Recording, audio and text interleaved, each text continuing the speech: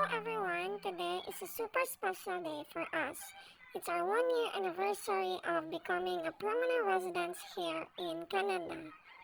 So, grabe usa na di ay katuig nga naa mi diri karon. So, naglingaw-lingaw mi pamaagi sa pagtan-aw aning rodeo kay mo pud ni amo ang ganahan tan-aw way back home kanan.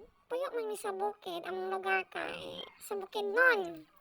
So, ilang shows diri kay na sila bull riding, barrel racing. So, mo ni among ganahan lantaw kay dito sa Bukidnon daghan pug kayong ingon ani. So, nalingaw ra pud mi sa among first year celebration diri.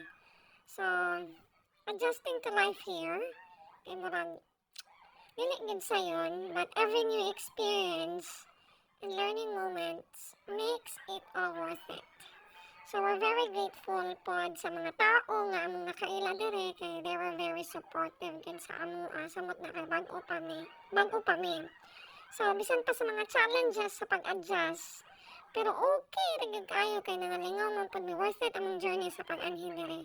So sa tanan nga naa diri sa mga bag-ohan pa diri, so laban lang gyud ta no. Bye.